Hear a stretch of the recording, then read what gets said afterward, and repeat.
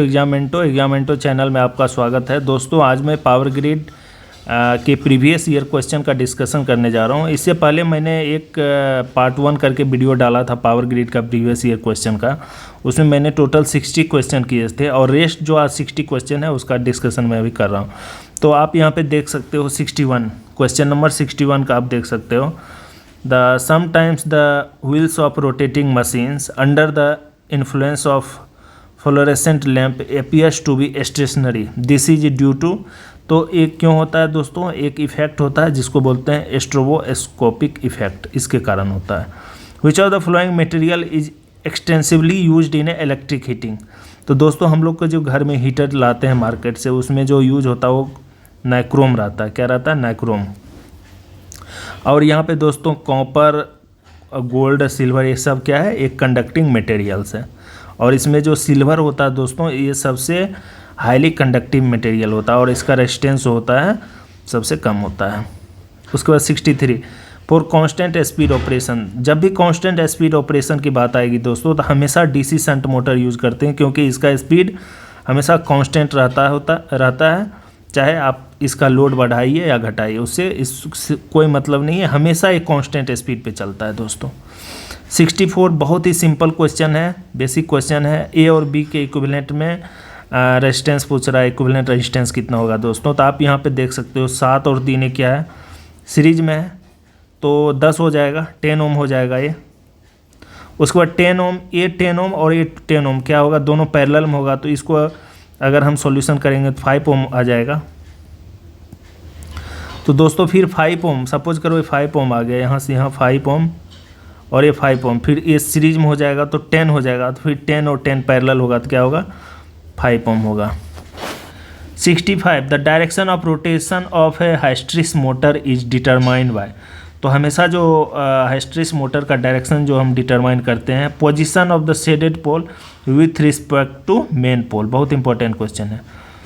66 the octal equivalent, मतलब ये यहाँ पे दोस्तों ये देख सकते हो 8 क्या डेसिमल में दिया हुआ है, जिसको ऑक्टल में कन्वर्ट करना है। तो सिंपल है दोस्तों 177, इसको हमको ऑक्टल में करना है। तो 8 से क्या करेंगे, एलसीएम करेंगे तो 2 टाइम, फिर क्या होगा 2 टाइम, क्या बचेगा 1, फिर 8 से करेंगे कितना हो जाएगा 2 टाइम होगा, कितना बचेगा 6। तो उसके बाद क्योंकि 8 से डिवाइड नहीं होगा तो हम लोग ऐसे करके लिखते हैं ऑक्टल में, हमेशा क्या ऐसे करके। तो क्या हो जाएगा 261, ऑक्टल है तो क्या हो जाएगा 8। तो बहुत ही सिंपल क्वेश्चन है 2618। The ratio of RMS value by average value. तो ये बहुत ही सिंपल क्वेश्चन है। आरएमएस बाय एवरेज क्या होता है, फॉर्म फैक्टर होता है दोस्तों। जो फॉर्म फैक्टर होता है दोस्तों हमेशा याद कीजिए, स्क्वायर वेव, जो स्क्वायर वेव होता है दोस्तों उसका फॉर्म फैक्टर हमेशा क्या होता है, 1 होता है। स्क्वायर वेव का फॉर्म फैक्टर 1 होता है। Which of the following material has a good conductivity. तो यहाँ तक कंडक्टिविटी की बात है तो यहाँ पे दोस्तों क्या क्या है, कार्बन क्या है, सेमीकंडक्टर मटेरियल है, सिलिकॉन भी सेमीकंडक्टर है। कॉपर और एल्युमिनियम क्या है, कंडक्टिंग मटेरियल, लेकिन कंडक्टिविटी सबसे ज़्यादा किसका है, कॉपर का। और एल्युमिनियम का कंडक्टिविटी कंपेयर टू कॉपर कम होता है। एल्युमिनियम का रेजिस्टिविटी कंपेयर टू कॉपर क्या होता है, ज़्यादा होता है।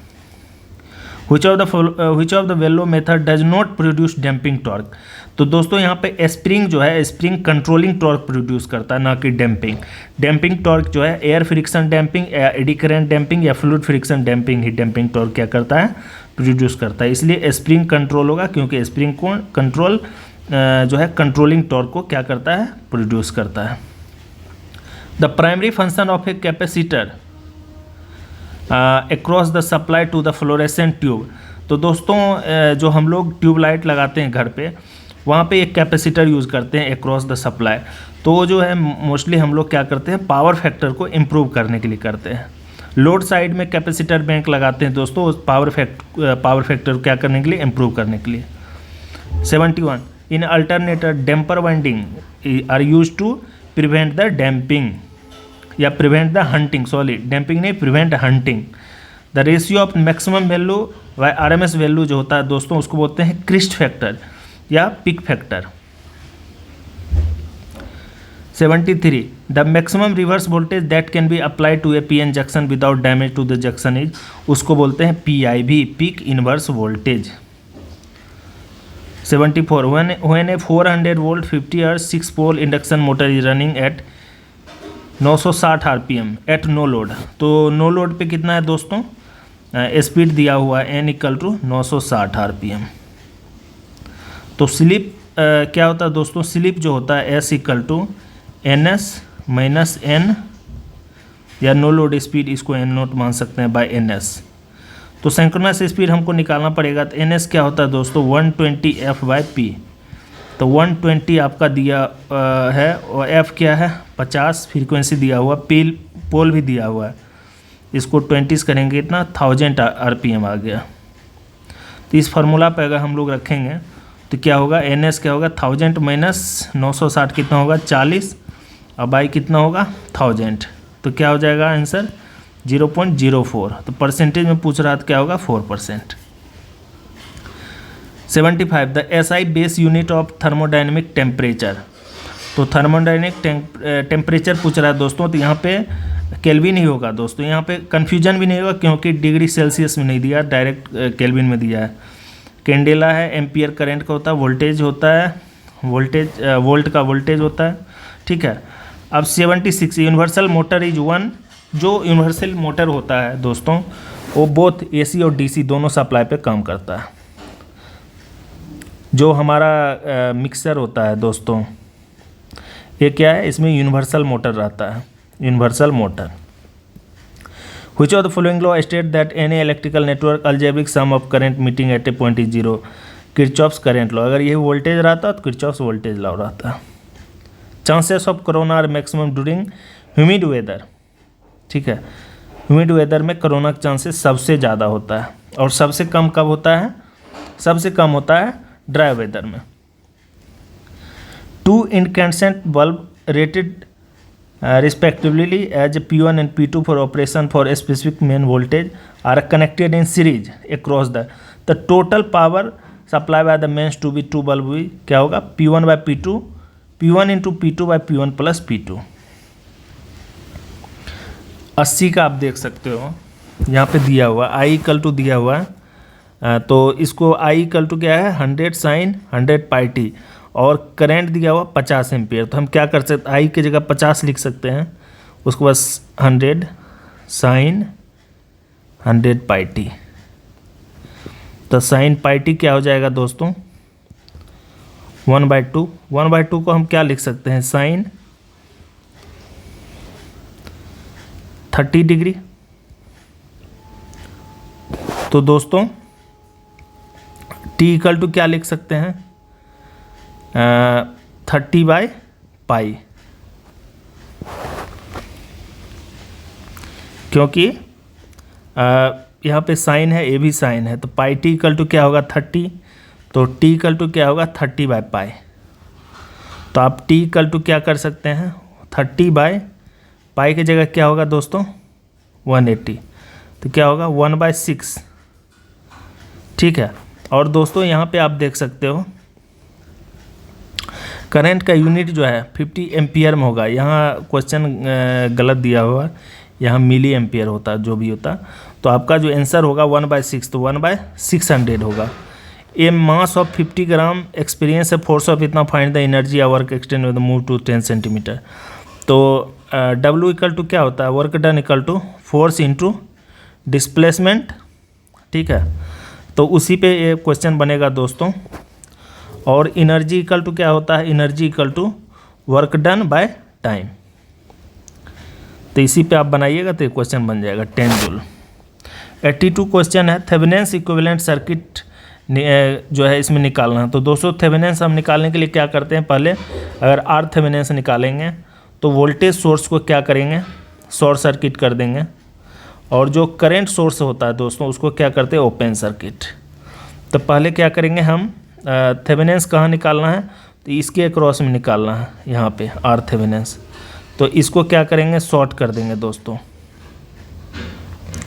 ठीक है। नहीं शॉर्ट नहीं, इसको करंट है तो इसको ओपन कर देंगे, ये हटा देंगे और इसको शॉर्ट कर देंगे। तो अब क्या हो जाएगा आपका यहाँ पे देख सकते हो 200 और ये 50, तो क्या है ये दोनों क्या हो जाएगा पैरेलल में हो जाएगा। तो आर थेवेनिन्स कितना हो जाएगा 200 गुना 50 बाई 250 तो ये कटेगा 5 से तो 40, मतलब आर थेवेनिन जो होगा 40 ओम होगा। उसी तरह वी थेवेनिन निकालेंगे, ठीक है। तो उसी तरह वी थेवेनिन यहाँ पे निकालेंगे तो यहाँ पे क्या होगा, वी थेवेनिन इसके अक्रॉस में हम लोग निकालेंगे। तो इसके बेस्ट पे हम एक क्वेश्चन आपको करेंगे, बाद में करके दिखाएंगे। तो इस तरह से आपका आंसर जो होगा ये आ जाएगा। Which traction system employs the metadyne control system, underground system होता है दोस्तों। A pilot exciter is provided on generator for which of the following reason to excite the pole of the main exciter. And lighting installation using filament lamp voltage drop of 1% result in 3.5% loss in the light output. Which of the following value is true with regard to DC arc welding. DC arc welding क्या होता है, electrode जो होता है negative होता है और workpiece जो होता है पॉजिटिव होता है। मतलब सपोज करो कि इस यहाँ पे हमको एक वेल्ड करना है, यहाँ पे वेल्ड करना है, ठीक है। जो इलेक्ट्रोड जो वेल्डिंग मशीन में जो इलेक्ट्रोड लगा रहता है उसको हम क्या लेते हैं एज ए निगेटिव, और जो ये वर्क पीस है इसको हम लोग पॉजिटिव लेते हैं। याद रखिए, ये हमेशा निगेटिव लेते हैं इलेक्ट्रोड को।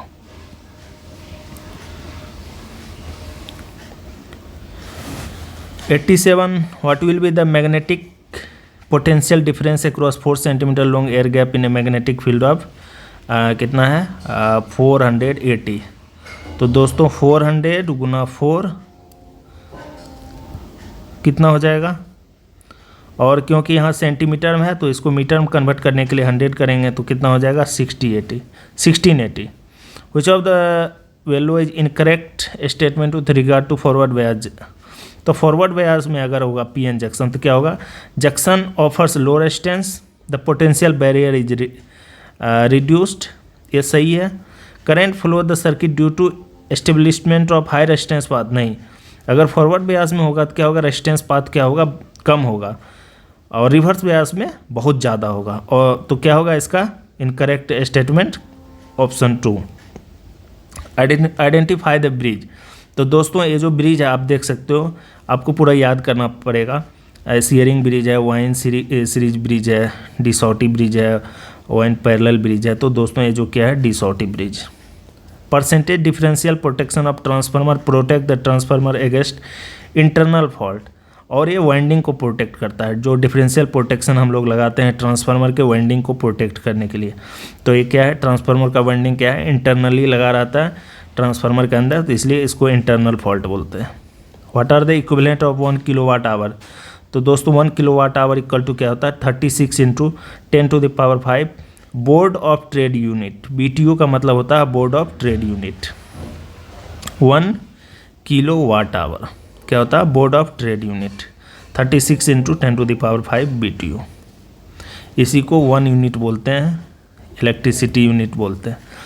A starter is necessary to start DC motor because its help in restricting the initial high armature current that is present on account of starting back EMF being 0. Inverse square law and Lambert cosine law are always permitting to which of the following। तो illumination topic है दोस्तों, illumination। तो inverse square law और Lambert cosine law जो होता है या illumination pertaining to elimination होता है।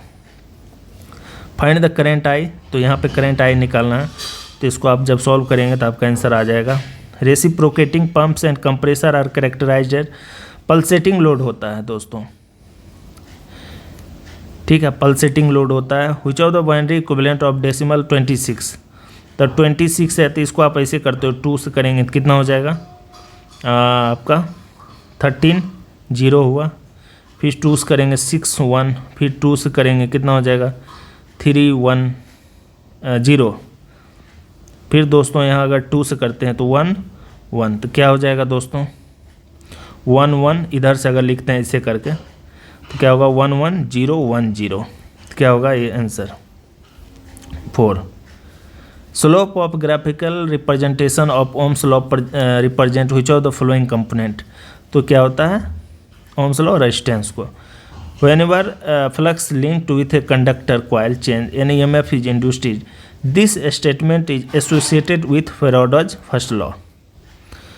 Errors that occurs after taking care of all gross and systematic error उसको बोलते हैं random error, which of the following is correctly order according to ascending order of band gap energy. तो दोस्तों यहाँ पे graphite है, सिलिकॉन है, diamond है। असेंडिंग ऑर्डर में मतलब बढ़ते क्रम में है। इसका सबसे कम होता है बैंड गैप एनर्जी, क्योंकि ये क्या है, एक ग्रेफाइट क्या है, ग्रेफाइट का ये है आपका दोस्तों, ग्रेफाइट जो होता है ये होता है इंसुलेटिंग मटेरियल। सेमीकंडक्टर है, ये भी क्या है, insulating material.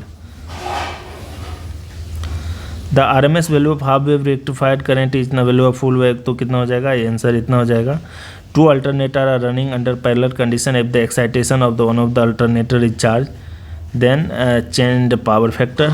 N electrical measuring instrument the controlling torque is also known as restoring torque. The voltage यहाँ पे निकालना दोस्तों, इसको भी आप निकाल सकते हो। Leakage current in A PN junction of the order of micro ampere होता है। एक combinational circuit is one. Combinational circuit जो होता है दोस्तों, एक होता है कम्बिनेशनल और एक होता है सिक्वेंशियल सर्किट। तो combinational circuit is one in which the output depends on input combination at that time. और जो सिक्वेंशियल सर्किट करता है उसका आउटपुट जो है प्रेजेंट और पास्ट दोनों वैल्यू पे डिपेंड करता है। पिन टाइप इंसुलेटर की बात होगी, हमेशा 33 kV तक हम लोग पिन टाइप इंसुलेटर लेते हैं। If A 3 phase alternator find current of 50 ampere produce a full load torque, कितना शॉर्ट सर्किट करंट है, तो इसका answer 5।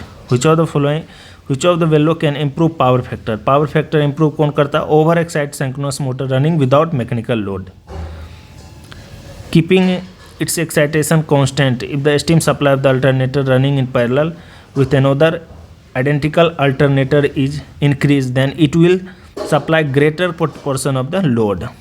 To minimize the loading effect of the circuit under test, the input impedance of the device must be very high. Which one is not true for series resonance? Series resonance में क्या होता है दोस्तों, जो input resistance होता है वो क्या होता है, या इम्पिडेंस होता है, कम होता है। और इम्पिडेंस कम होगा तो करंट क्या होगा, ज़्यादा होगा। और क्योंकि रिजोनेंस कंडीशन में सर्किट प्योरली रेसिस्टिव होता है तो इमेजिनरी पार्ट नहीं रहेगा। पावर फैक्टर क्या होता है, हमेशा यूनिटी होता है। ये तीनों सही है, लेकिन इम्पिडेंस इज मैक्सिमम, यहाँ पे मैक्सिमम की जगह मिनिमम होता है, तो इसका आंसर 1 हो जाएगा।